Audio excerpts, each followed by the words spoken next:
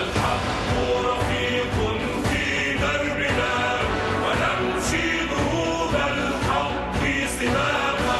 نحن الشهادة كتبت لنا ونحن في انتظارها بكل اشتياق. الحق رفيق في دربنا ونمشي دروب الحق سباقا. نحن الشهادة كتبت لنا ونحن في انتظارها بكل اشتياق. على قلب رجل واحد نقول فلا قبل مصر ولا بعدها.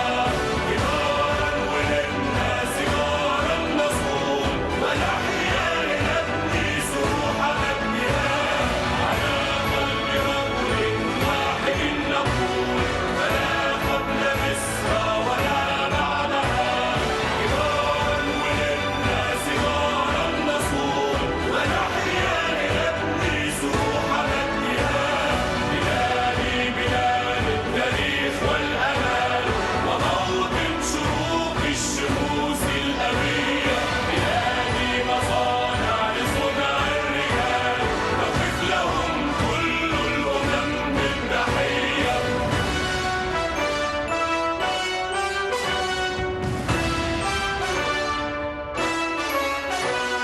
بلادي بلاد التاريخ والأمال وموطن شروق الشموس الأبية. بلادي مصانع لصنع الرجال تقف لهم كل الأمم بالتحية.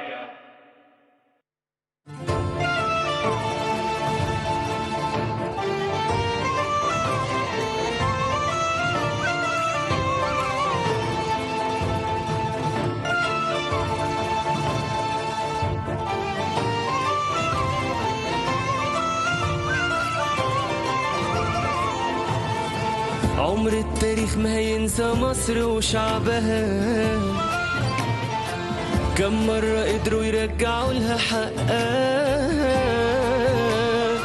وازاي بجد اتغيرت وبإيد ولادها اتطورت. وفي كام سنة وقفت قوام على رجلها.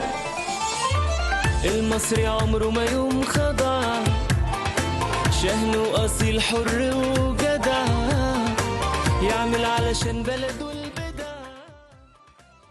السيد الرئيس عبد الفتاح السيسي رئيس الجمهورية القائد الأعلى President Abdel Fattah al-Sisi, the President of the Republic, the Command-in-Chief of the Armed Forces.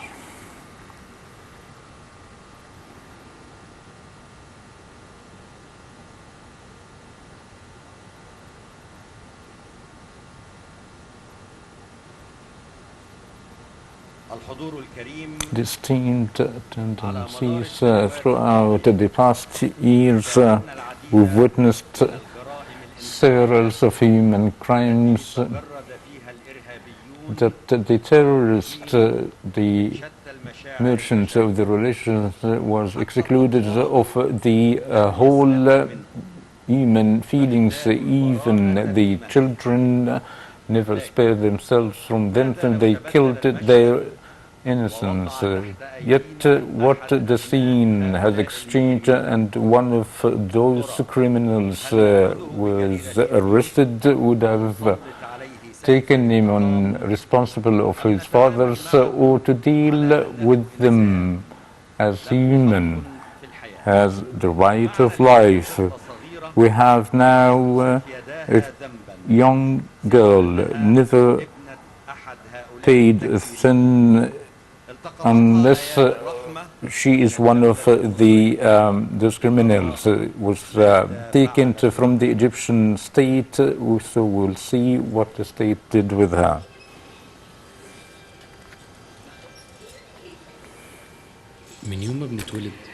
Since birth, our nature is full of good.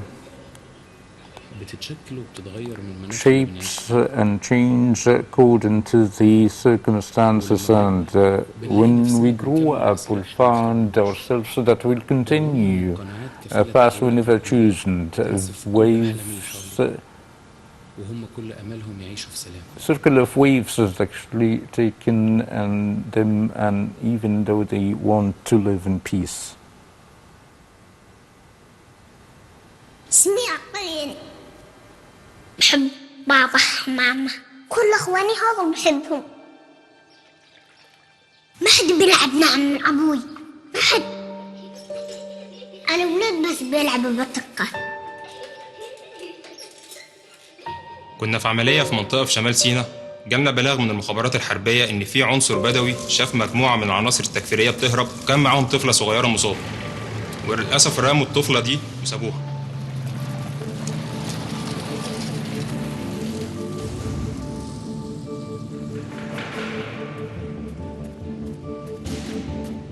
ايش اسم ابوكي؟ خطاب. خطاب؟ اسمه خطاب. ايوه. وامي اسمها اسمها ايش امك؟ اسمها صبري. صبرين؟ وبنت صغيرة تاتا. اختك اسمها تاتا؟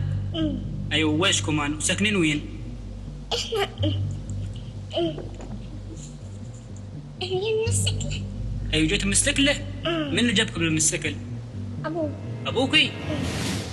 ابوي سابني لوحدي، كنت في الجحر. ابوي من يوم شاف الجحر صوف طلع. جات لنا الأوامر إن إحنا نتحرك بدورية نجيب الطفلة دي، اللي اتضح بعد كده إنها بنت قيادي تكفيري كان بيستخدمها كدرع بشري لما بيبقى فيه مداهمات للجيش.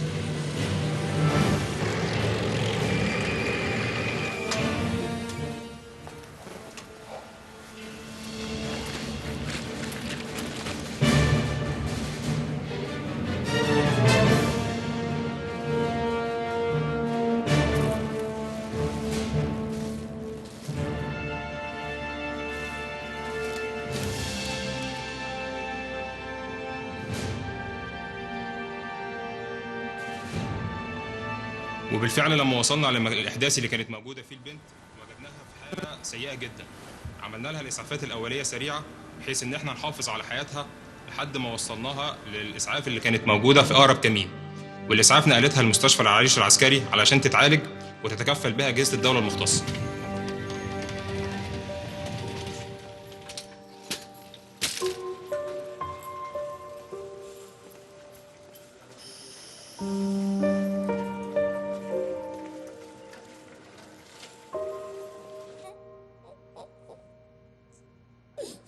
فرصة واحدة ممكن تصحح مسار بني آدم. عاش عمره مجبر على وضعه وكل تهمته إنه اتولد في ظروف مختلفة حولته الوريث لفكر متطرف. Any single situation can change the course of any human being. ربنا خلقنا بيها. We are here against our nature that God created or surrender to any terrorist attack. My name is Amina. You can say Amina? Oh, say Amina. Correct. Good.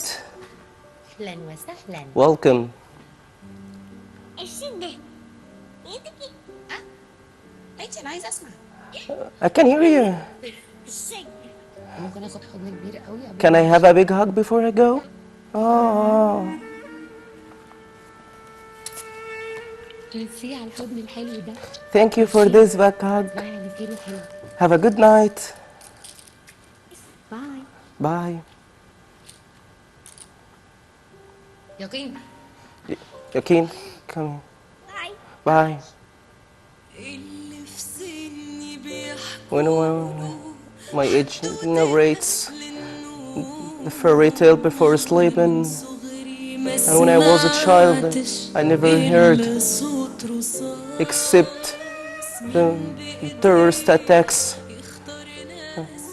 What dignity shows us in a day to have a cheap future, the closest one. My children got killed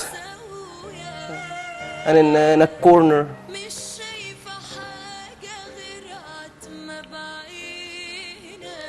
I cannot see anything except the dim of light. I'm just blinded. Or this is the darkness of your hearts. Had made my life dark. The fear is kill. The fear had killed everything inside me. I wish to live in a normal life. I have died 1,000 times before because of you. If you have seen a good memorandum for me.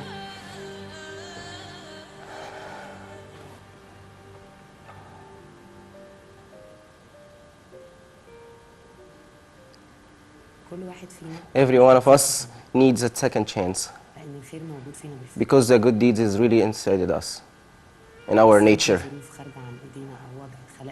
But maybe we were born in a situation that we cannot live with it, and we couldn't differentiate between the good and the right, and the left, and the wrong and the right. We couldn't have another chance that everyone deserves.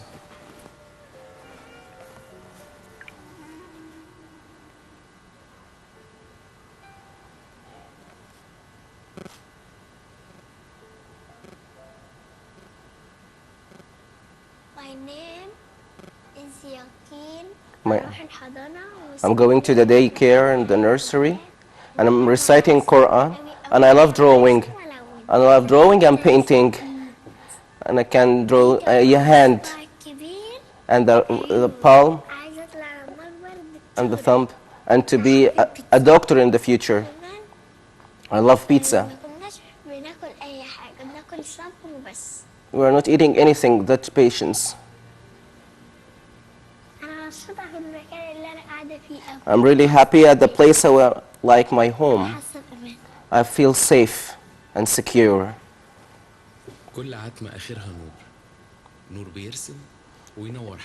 Every dark has an end of the light that reassure you that you have survived, and there is a hope when there is a life. The story doesn't end. The story does begin.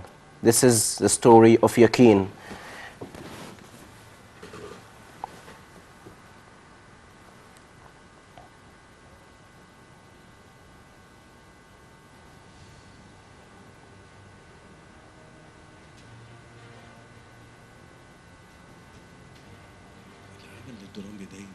The dramatic word, it gives us an opportunity to record the facts that are not lived by each of us, but without this way, that transmitted to every single home, and you could see the price every single family paid after raised and educated their children and sacrificed.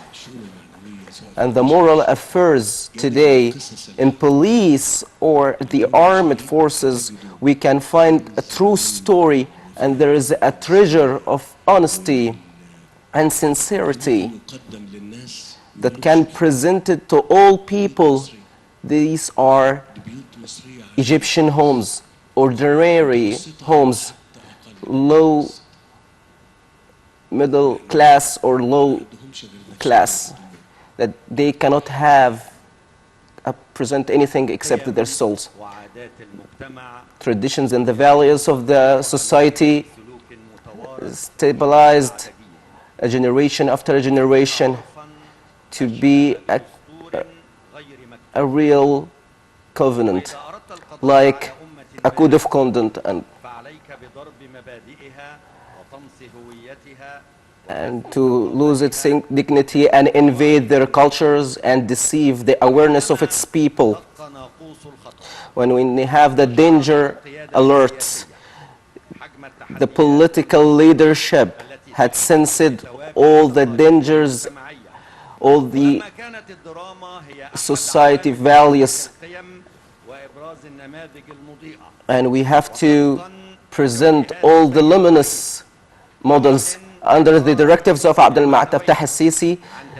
The moral affairs of the armed forces will establish another dramatic series named Masri. بيوثق أبطال بلادنا قد إيه شايلين اسمها ورافعين شأنها ورايتها. Masri وفي خلال الخمس film سنوات or الماضية series ساهمت إدارة that الشؤون had been المحلية stabilized all the morals of Egyptian society values with the cooperation of the United Media Services and the Massa على الصعيد media production that had been مشروع مصري achieved a great effort locally and internationally. And of course, we will document every single هيتم إنتاج أعمال فنية sports and documentary series. Everything will be documented with UMS. Masri project will be implemented in every single governorate of Egypt. And there are still many carnivals and festivals will be arranged with the armed forces. And we will establish and announce another competition for art and raising the awareness of the Egyptian youth. We will produce a bunch of movies records our Egyptian modern life. And we establish all the principles and the values of every single citizen. We will produce a caricature, movies, short stories, and we are pleased to announce Masri establishment.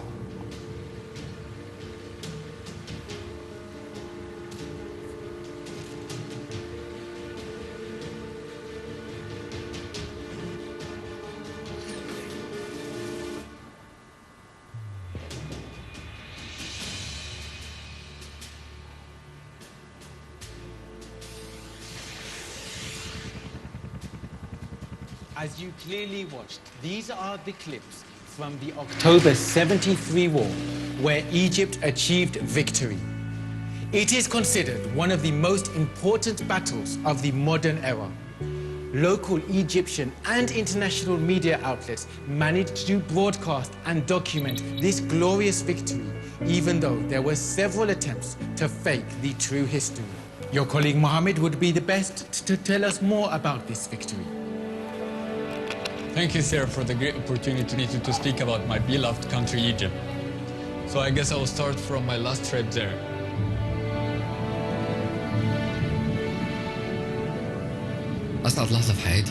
The happiest moment in my life that I got received an accolade to represent my beloved country outside of Egypt. That's really a unique experience that the armed forces organizes every single day.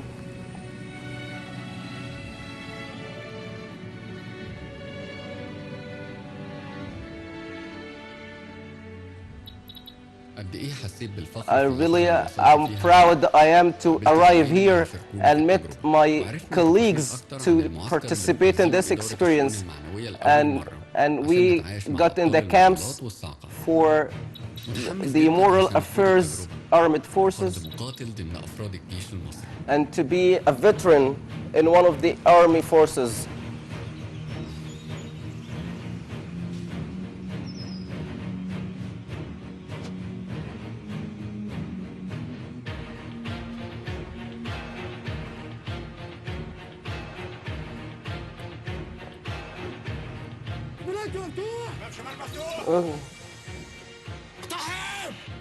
Intrude. Get in.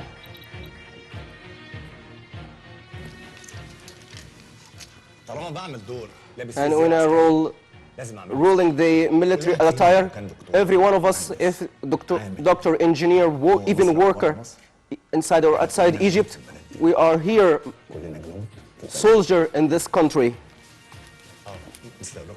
I forgot to tell you something. Everything. In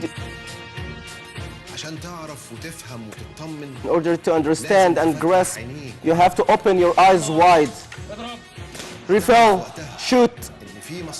And you can see Egypt, the country. This is the moment of birth of heroes that could life.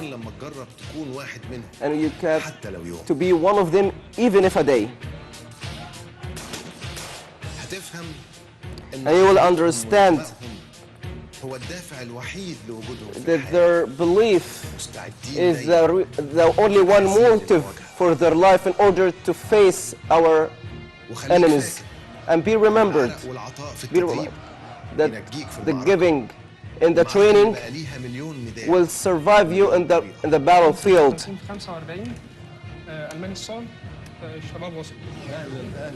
Welcome to yours. Tell me what you feel about it.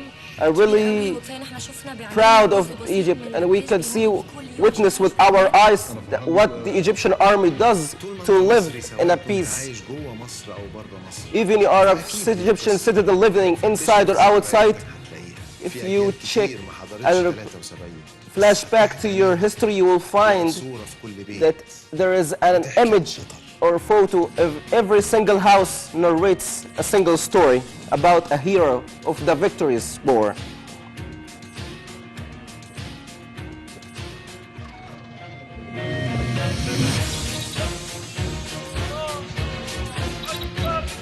Allah is the greatest.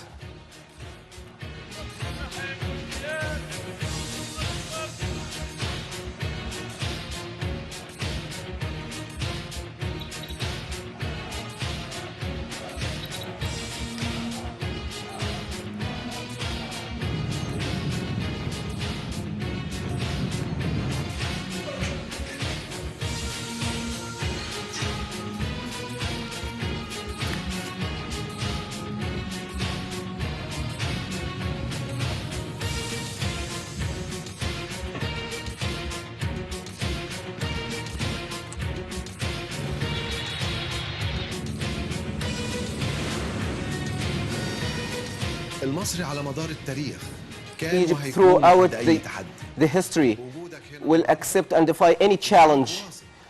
Your presence here, you make sure that there is the best soldiers in the world.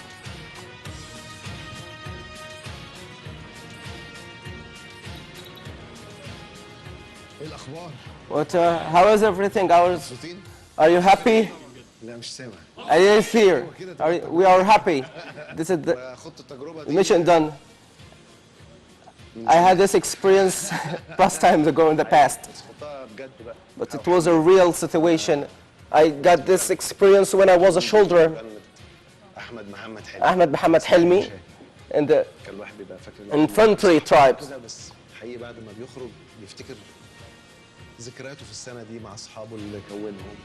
And you remember all the friends that you had befriended.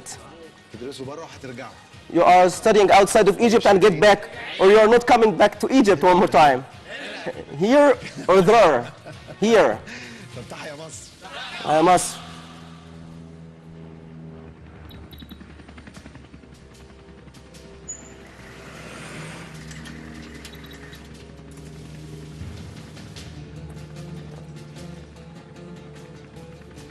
Long live Egypt.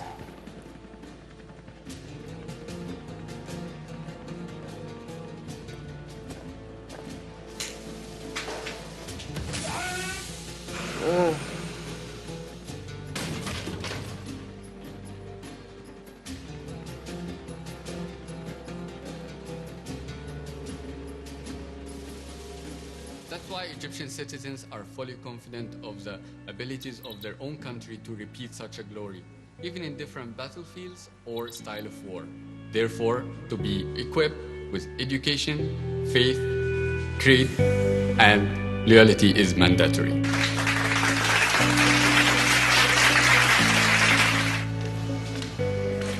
Oh my God, your speech touched me a lot. You made me miss my country. Oh, thank you. Hey.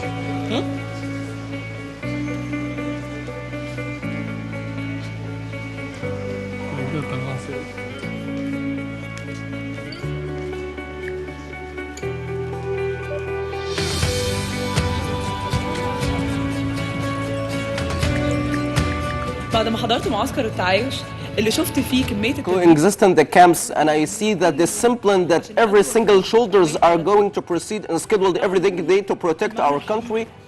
This is the real meaning of being proud of Egypt. Outside of Egypt, you will be proud of your Egyptian nationality. And even if after the Egyptian is it the respected and the successful Egypt, the Egyptian army is one of the best and the strongest armies in the world. And it is our country, Egypt, is really all the land of religions and the goodness. And we remember the cross and regained our territory. And June 2013 preserved and go on. The army preserves its country and its rights. Many stories narrate about to return the fever of the 1973 war. The most, when I first think about that Egyptian, they say the mother of their land, mother of the dunya. Any one of the armed forces, I just salute him. This is really an unprecedented experience, an unforgettable experience. I witnessed and I left with each detail. And this is the loyalty oath.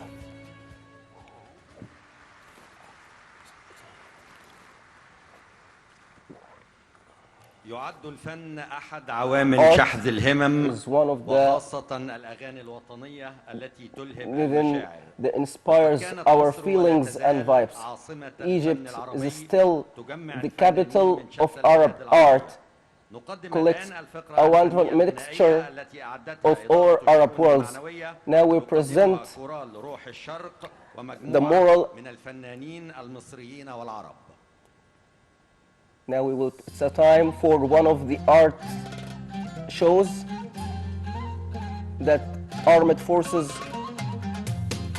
and the general affairs, the moral affairs will proceed to you. This is a choral.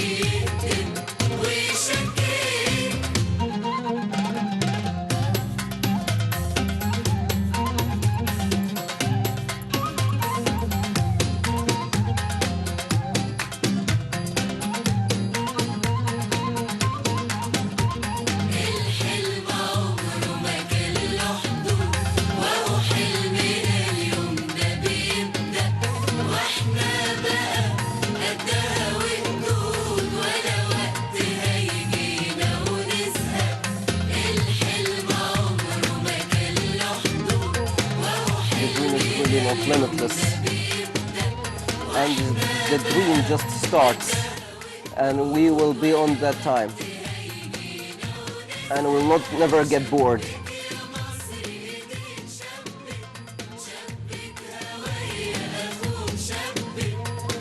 Hand it, give your hand to every Egyptian, and be together. This is the time to build, not for demolishing.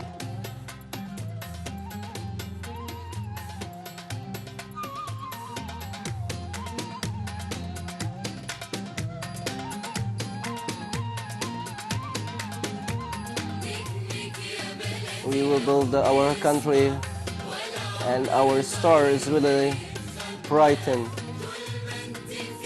And even you have courageous youth, we will not stop building. And your star, my country, is bright.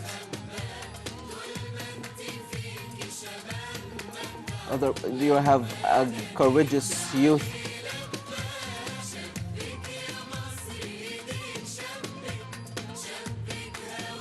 Hold your hand with your brother, Egyptian. This is the time to build our country, not to demolish it.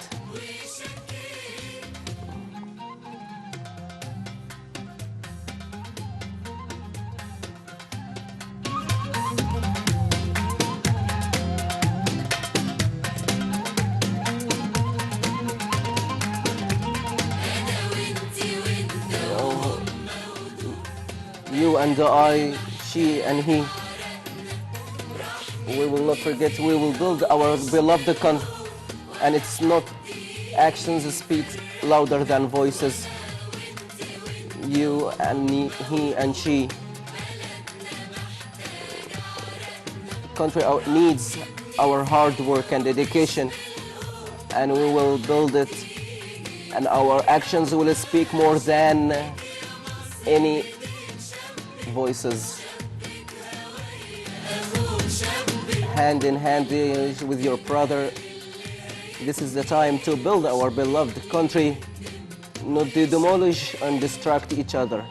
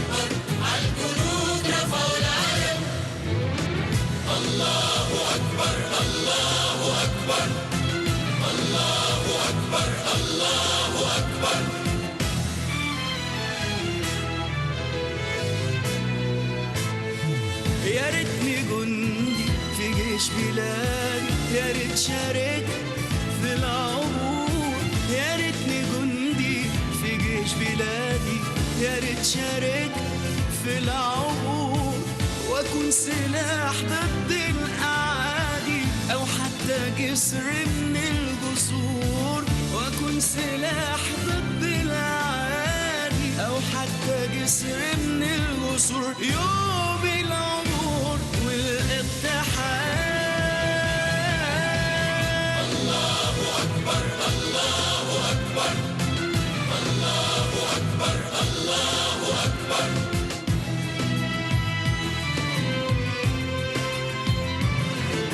لما الظلام بدأ يسود، لما الخطر عدى الحدود، لما الظلام بدأ يسود، لما الخطر عدى الحدود، والإرهاب طلع له صوت صوب سهامه على الجنود، جيشنا الهمام كسر السهام. الله أكبر الله أكبر الله أكبر الله أكبر.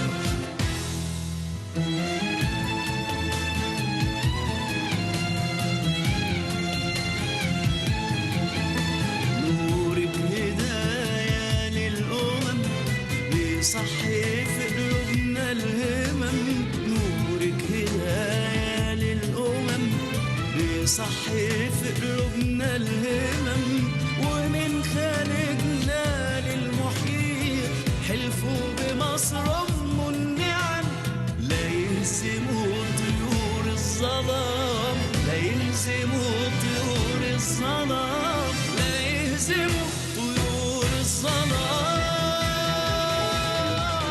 الله أكبر الله أكبر الله أكبر الله أكبر. الله أكبر عاللي شارك في العبور، الله أكبر عاللي طار وسط النسور، الله أكبر عاللي كبر واقتحم، الله أكبر عالجنود رفعوا العلم.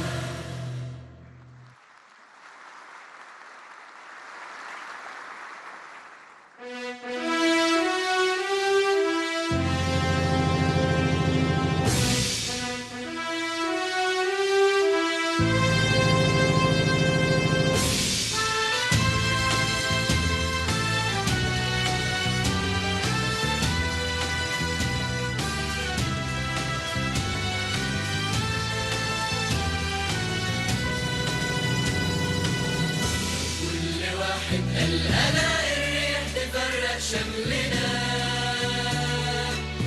الوحدة كانت حلمنا ولسه برضه حلمنا، العلم بس طريق نجاة إما نغرق كلنا.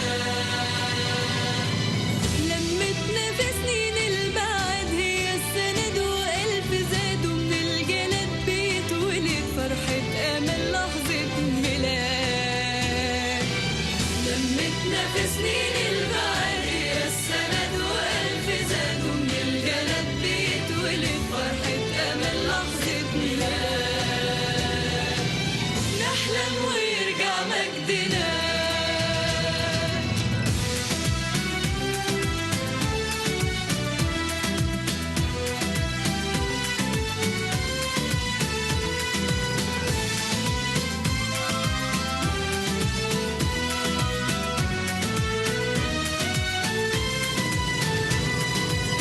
شوفوا جدودنا عملوا ايه، ابن النفيس وسيبوي وابن رشد منطق ورشد، شوف كنا ايه وبقينا ايه. جدودنا كانوا بيزرعوا ويحصدوا ويجمعوا قمح ورود تصنع وجود ولا حد يقدر يمنعه. لمتنا في سنين البعد هي السند وألف زاد ومن الجلد بيتولد أمل لحظة ميلاد. لمتنا في سنين البعد هي السند وألف زاد ومن الجلد بيتولد أمل لحظة ميلاد، لحظة ميلاد، نحلم ويرجع مجدنا. الكلمة كانت حرف ضاد واحنا الفصاحة والاعتدال، لساننا أصبح أجنبي وكل يوم بنزيد بعد امتى نعود لأصلنا. امسك في جيشك بالقوي هو الأساس تفضل قوي، وبص حواليك كم بلد راحت وضاعت بالقوي، بالقوة يرجع حقنا. لمتنا في سنين البعد هي السند وألف زاد ومن الجلد بيتولد فرحة أمل لحظة ميلاد. لمتنا في سنين البعد هي السند وألف زاد ومن الجلد بيتولد فرحة أمل لحظة ميلاد، نحلم ويرجع مجدنا.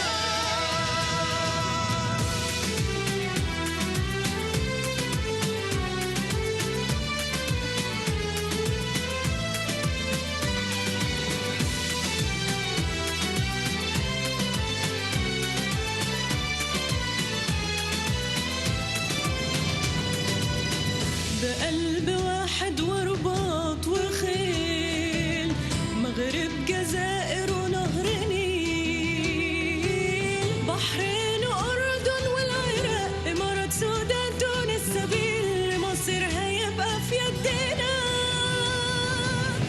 مصيرنا واحد مفيش جدال ولا يحسموا غير الرجال، بقلب واحد ورب واحد مؤمن وثابت في النزال. لمتنا في سنين البعد هي السند وألف زاد ومن الجلد بيتولد فرحة أمل لحظة ميلاد، لحظة ميلاد. لمتنا في سنين البعد هي السند وألف زاد ومن الجلد بيتولد فرحة أمل لحظة ميلاد، نحلم ويرجع مجدنا. عيشوا التاريخ اللي انكتب والصور مجد ومن دهب، عيشوا الحدث مهما حدث، العلم كان هو السبب مع الإيمان بحقنا.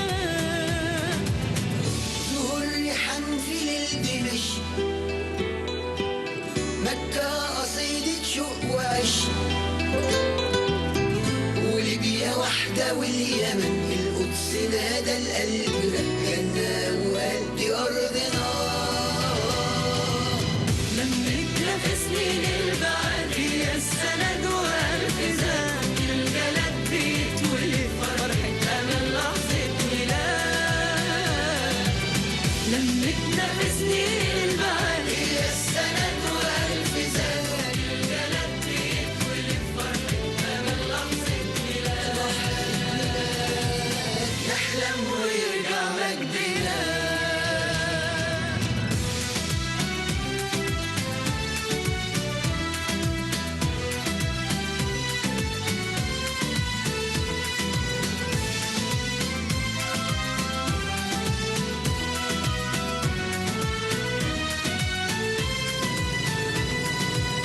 لو عندك انت مش انا وعندي من خير ربنا نقطع هنا ونوصل هنا مع بعض يكمل حلمنا ولا حد يبقى زينا. في النصر كنا كمان سوا في الدم إخوة وكلنا. ساعة العمر فرقان ونور والفرحة لمت شملنا إخوة وحبايب كلنا. لمتنا في سنين